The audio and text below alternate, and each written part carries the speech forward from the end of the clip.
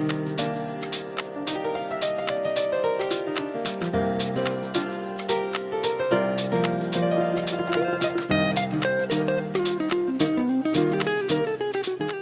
日は2日目ということでちょっと中見てきます。今日はね前夜祭があって、その後皆さん主催者側の人たちが、それぞれキャンプを張ったり、酒飲んだりでどんちゃん騒ぎをして、一日が終わったという感じなんですけど、メインは今日明日なんですよ。ですが僕らなんかね動画撮る側からすると、昨日は一般のね来場者様もいなかったので、やりやすかったなと。で引き続き今日も朝今6時過ぎですけど、さすがにこれぐらいの時間にはね人もいないだろうと、いうことで今日はね人いない中撮ってみたいと思います。はい、それではねちょっとメインのとこ見てみましょうか。軍用車があって、でここはこのカスタム的にスカニアってもともとねのペットしてるんですけど、こういう前を出してアメリカントラックっぽい仕様にしてるのが、ずらっとスカニアとボルボが並んでます。なんでねこういうのがあるかというと、もともとアメリカに供給があったんですけど、スカニアの場合は、今それはなくて、で今はこのオフセットって言ってこのキャブスペースをずらしてるんですよ。エンジンだけ残してキャブを後ろにこうストンとずらして、でエンジンはここで、本来のステップなんかはここについてるんですけど、ステップをね残してるケースもあれば、全部こう取ってしまってるケースもあるということで、ステップがあればねエンジンのボンネットフードっていうんですかね、こうバカッと開くんで、整備もしやすいっていうので、こういう車があるという感じですね。だから本来のステップじゃないところにこういう風にステップを付け足してるわけですよね。で後ろリフトアクセルしてるんで、あそこ多分引きずりになるんじゃないですかね。多分動力ないと思うんですよ。だから通常日本でいうセミトレーラープラスアルファ、あそこにリフトアクセルする引きずりがついてるようなイメージだと思います。もともとはスカニアの多分 V8 の1、2グリルが4つだから R キャブベースなんでしょうね。 R キャブベースの車をカスタムしてこのような形にしているという感じです。はい、じゃあちょっと奥行ってみましょう。色合いがねやはり日本とは違う色合い、日本の発想ではない色合いというのが非常に多くて、で、特徴的なのはこういった2トンプラスこうキャブラインにいろいろピンストライプが入っているような配色っていうのが多いです。でサイドガードに関してはやっぱ角張ってるのがねこうメインで、セノプロのデモカーなんかでもやったりしますけど、こういうしま板をダメージ加工して、でテールはねやはりああいう角型テールを8頭とかねこうつけるっていうのが、こちらでの多分基本的な型になっているのかなと思います。でこれコンチネンタルですけど、後ろ315だけど前385っていう、本来日本のスカニアの場合は前が315なんですけどね、これを385の65にしてるという感じですね。でダフ、この新型のダフですけど、ダフに関してはミラーレスがね多分初搭載されてるのかね。ボルボの多分 EV もミラーレス出てますけど、あとアクトロスか出てますけど、このミラーレスで、しかもこの XG プラスっていうキャブになるんですよね。この車はこっちスカニアですけど、このスリーパーと比べてもキャブスペースでかいんですよ。こっちの書いてあるんですね、 XG プラス530、530馬力ということですね。そこがねダフを選ばれる、一つの理由になってるということで、あとはオランダといえばダフですからね。ちなみにこのスカニアはスウェーデンです。ボルボもスウェーデン、はい。であとイベコってここにありますけど、イベコに関してはフィアットグループなんでイタリアですね。フェラーリなんかの兄弟車です。でスカニアに関してはグループでいうとフォルクスワーゲンです。ボルボはボルボっていうようなね感じでございます。これボルボのこういう、ダックスと言われているものもございますね。はい、でヨーロッパではやっぱりアイドリングしないです。多分ね車中泊されてる方もいると思うんですけど、アイドリングはしなくて、やはりパーキングヒータークーラーを使っていくっていう文化がありますんでね、そういうのはやらないということですね。この車 V8 の650なんで、日本でいう最高スペックになるんですけど、もうね黒煙も吹かしまくって、もう下こう地面焦げてますけど、そんなのをやったり、パフォーマンスが面白いです。でこのね車も多分あれですね、フックロールの後ろ3軸っていう、もう日本ではないパターンの車型になってます。かっこいいですね。で前はカンガルーバーといって、動物直接トラックに当たらないようにこういうバーでバリケードを作ってるという感じです。このゾーンは比較的見応えのある車が多いですね。この配色がやっぱすごい、緑と赤合うけどね、なかなかすごい配色になってます。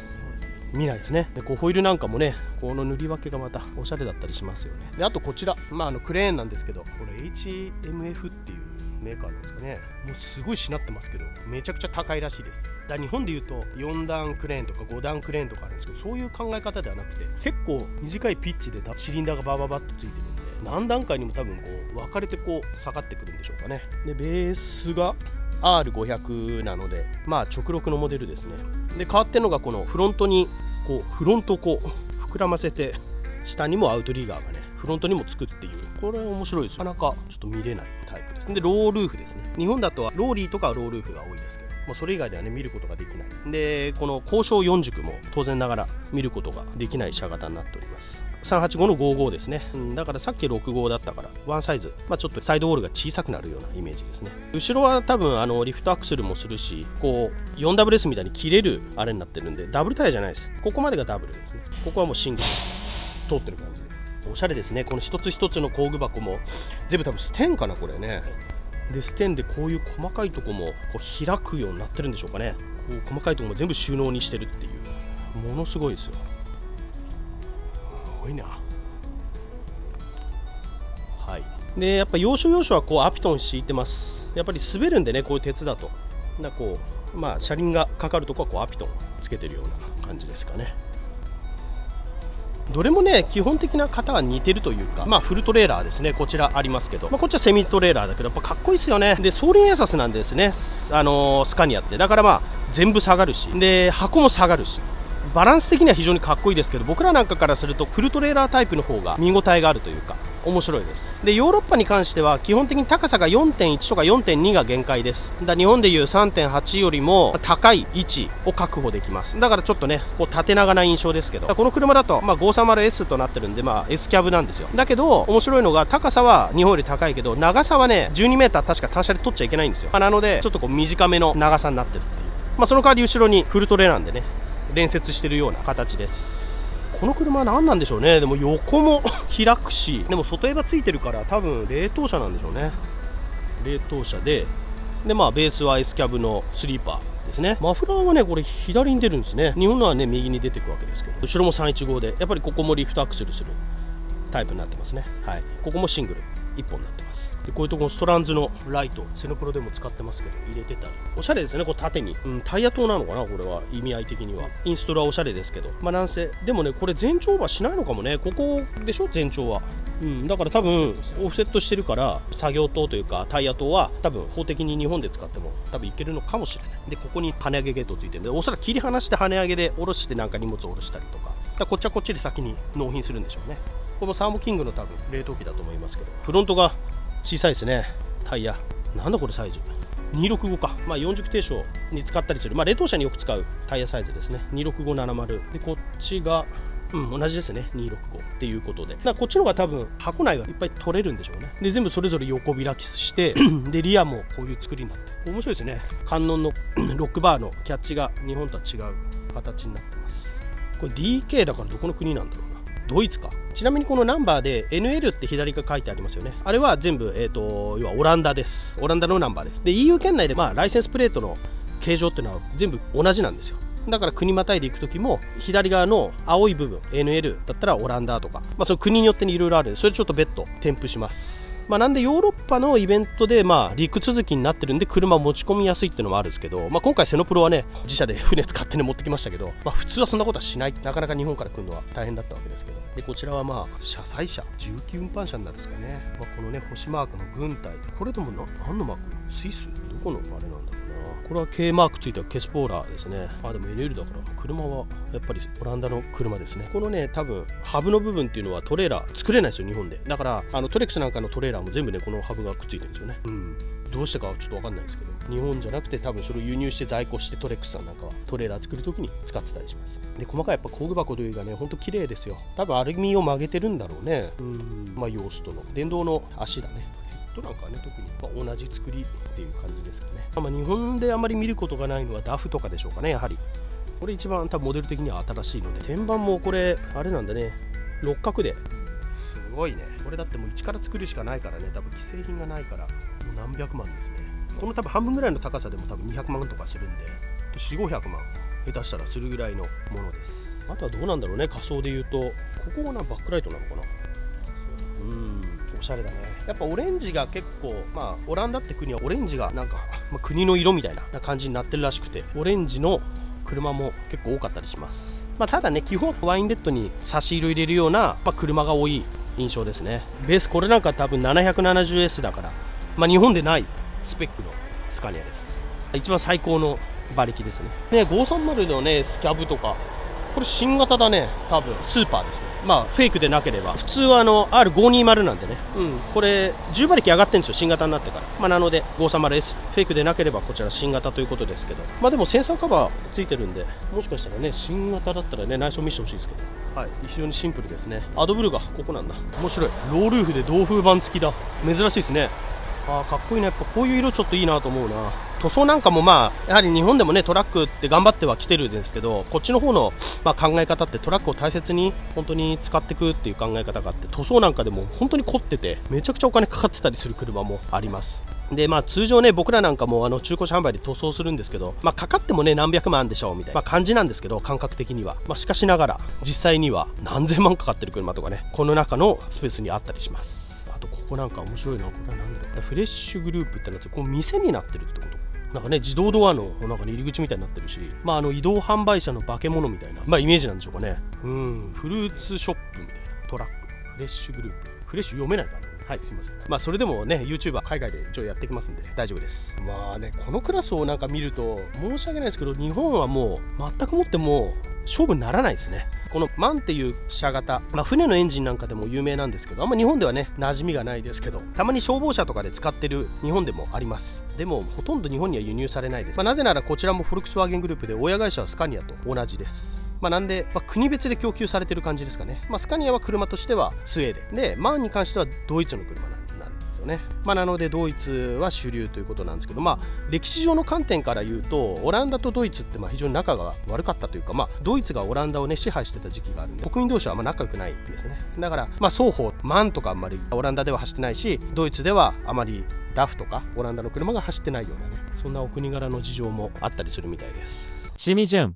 普通だったらキャブライン入れるのも要はマスキングして入れるじゃん。これはもう多分エアブラシなんだろうね、おそらく。サイドガードもねエアブラシ入ってますし、エアブラシコーナーでね今回設けてますんでね、そちらもまたご紹介していくわけですけど、すごいね R660 ロールーフ。こっちでもねクレーン前に置くからこういう車型がメインになってるのかもしれないです。工具箱もすごいな。じゃあちょっとここ進んでいくんですけど、この車もおそらく新型ですね。この車になるとセンサーがね飛び出てきてるんで、多分こちらでいう最新型はこのタイプです。これもアームロール車でございますね。もうすごいですね。絵の次元がリアルすぎる。何なんだろうな、写真を貼ってんのかな、なんだろうね。結構やばいよこれ。貼ってるとかじゃないですからね。日本だったらラッピングトラックとかでできなくはないですけど、そんなのでは絶対ないんで、すごいですよね。ストランズ結構使われてますね。でね、ここがちょうど、セノプロね、実はあそこにアスリートさんの車が止まってるわけですけど、ここはねエアブラシが入った車がバーンと置いてるエリアです。でこのダフはすごかったね。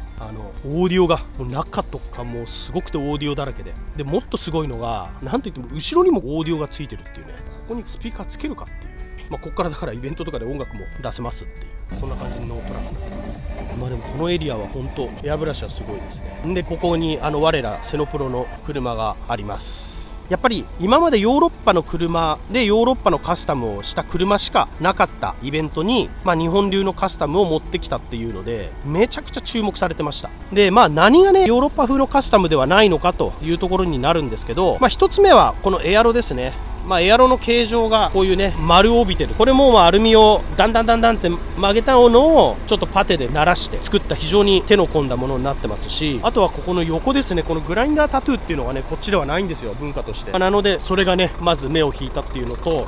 あとナンバープレートですね。全てここにある車っていうのはEU 圏内のお車になるんで、ナンバープレートはねそれぞれこう横長になるんですけど、この奈良ナンバーですよ。これをねつけてきたっていうのはねすごいインパクトだなと思います。ただね分かってない外国人の方からすると奈良って漢字なんでね、中国チャイニーズみたいな、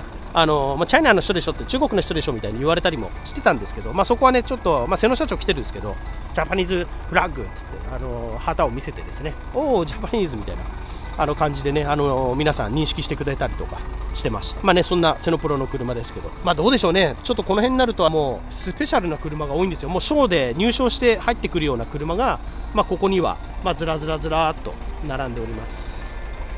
もうなんか別格ですよ本当に。例えばこの車とかも塗装がもうめちゃくちゃですね。これなんだろうね、サンドイッチパネルに書いてるのかね。要は日本でいう冷凍車みたいな、ものすごいですね。はい、あとルノーもありますね。そう、ルノーはフランスですね。で今はねルノーはねどこに買収されたかな、どっかと一緒になってます。それもちょっと添付しておきます。グループとしてはもう一緒の車なんですよね、どっかと。はい、ボルボと、スカニアでございますけどね。こういうリフレクターも多分一度バラして中色塗ってたりとかしてますね。でもこの辺の車っていうのは、毎回賞を取っていくような車で、毎回出てるわけですよ。でこのトラックスタっていうイベントは毎年ありますんでね、そんなのもあってトロフィーとかも飾られてますけど、もう見る人から見るとなんでまたあの車がってこうなってたりするみたいな中に今回セノプロがあるんで、おーみたいなので、人だかりがすごかったっていう。そこはね瀬野社長も想定してたのよりも人がすごかったのでもうびっくりしたって言ってましたけど、やっぱね持ってきて正解だったっていうね話はされてましたけど、高校とエンジンかけて寝てるのがちょっとねヨーロッパではあんまり許されなかったりすると思うんですけど、こう文化の違いがこういったところにも抗われてると。誰寝てんだろうね、瀬野さんかな。こういうレースカーもあります。すごいねこれね。多分もうガラスなんか使えないからポリカーボネードとかで変えてるんでしょうかね。トラックレースも、ヨーロッパでは結構盛んに行われてるんで、やっぱ日本とは考え方が違う。トラックをねスピード出して走らせようっていう考え方は日本ではないので、ゆっくり走れみたいなね感じになるんでね。これなんだろう、あれか、看板車みたいなやつ、マネジメント、これなんだろうね、電光掲示板なのかな、この分厚いのどうなってんだろう。これ置いてくのかな、ドーンっつって。なんか高速道路に置いてあったよね、こういうの。高速道路工事するときこうドカーンっつって置いとくやつなんですけど、日本だと車ごと置いてくじゃないですか。この先渋滞とかエルフとかね、あれぐらいの車格の車を置いてったりするんですけど、こっちでは後ろのドカーンと置いていくっていう、やっぱね何事も合理的にできてますね。合理的にできてるというか合理的な考え方になってます。でこちらなんかは北海道の共和さんみたいなね配色ですね。でうちの会社のデモカーにも非常に似てる、前言った一新技研さんにも似てますね。で唯一違うのが四軸っていうところなんです。四軸のスカニアって日本ではね低床で出してくれればいいんですけど、その車種設定もないので、三軸でいろいろねバリエーション豊富な車型を展開してるわけですけど、本国ではね当然四軸もございますし、後ろ多分引きずりだと思うんですよ。あれも1本なんでね、多分瀬野社長はこの車をモデルにデモカーとかね構想を練ったんだと思います。これがね今一部の区間です。全体の広さから言うと多分10分の1ぐらいの今車を見た感じです。でこのイベントの規模なんですけど、今回一応聞いたところ、ここアッセン TT サーキットって言ってバイクのレースをするサーキットだったのかな確か、なんですが、ホームストレート以外のところ、外周ありますよね。外周は全てトラックで埋め尽くされてますので、ずらーっとぐるぐるぐるっとあっちまでこれ埋め尽くされてるような格好で、こういったポイントでコーナーを設けて展示をしているという感じでございます。あっちなんかねさっき僕歩ったんですけど、ひどいですよ。それではね第2弾ということで、こちらはね先ほどの、セノプロの車があったゾーンとは別にですね、読者投票で上位を狙った車ということで、さらに1ランク上っていう言い方正しいかどうか分かんないですけど、すごい車ばかりということです。このフラッグゾーンですね、上の、そこをちょっと見ていこうということですけど、これなんでしょうね、ガスローリーみたいな車でしょうかね。とにかくね、あと思ったのはもう、目の前の方も洗車されてますけど、洗車に対しての考え方が日本とはもう違いすぎる。もうとにかく綺麗にされてますよ。もう脚立もなんて言うんだろうな、トラックに積めるぐらいの高さになる脚立があるんですけど、そういうのをこう備え付けてやられてたりとかで、この車なんかもよくインスタグラムに出てくるっていう風に聞いてます。でこのキャリアカーも日本の構想とは全く違うんですよね。例えばトランスウェーブさんとかだとゴルフォーだったかな、海外のメーカーの入れるわけですけど、なかなかね日本では見ない積載された車載車、面白いですね。でこれ多分今回の展示のためにね車積んで来られてると思うんですけど、アウディで色も同じようなね配色の車でトラックと合ったね色になってて、そういうのもね面白い見どころのポイントだと思います。本当綺麗ですよ、車がすごいですね。もうね何を答えていいか分かんないぐらいのレベルです。セミトレーラーが多いですかね。やっぱフルトレーラーってそんなにないのかなという印象ですね。すごいな、これも開墾、これ20フィート2本積んでるんですね。どうなってんだろうな。切り離せるようになってるんですかね。そうですね、こうテールがあるから多分切り離して20フィートだけ引いていくのと、多分段がついてるから20フィート20フィートしか無理なのかな。いやそんなことないか、いけんのかな40フィートも。多分トレーラーじゃないから、ここは多分折れたりしないから多分40フィートもいけるんでしょうけど、こんな台車も海外には存在するということです。でも車高高いね。エアサスだ。エアサス上げてますね、わざと。上げないとおかしなことなんですかね。血が上がっちゃうのかな、こっちが。ここはここでどう乗せるんだろう。ここもね乗るようになってるっすけど、ここ歩みかけて、これが歩みなのかな。これをそう引っ張り出して多分ここかけてこう上にも乗せれるようなこんなね仕様になってます。でこの重機のブームがあるんで、こうちゃんと逃がせるようになってですね。これはでも日本もそっか。これ何2つくっついてんの？あ、2台積んでんのか？これなんかついてる。これ何？ああ、切り離されてるね。2台無理やり積んでる。すごいな。なぜかね、ビール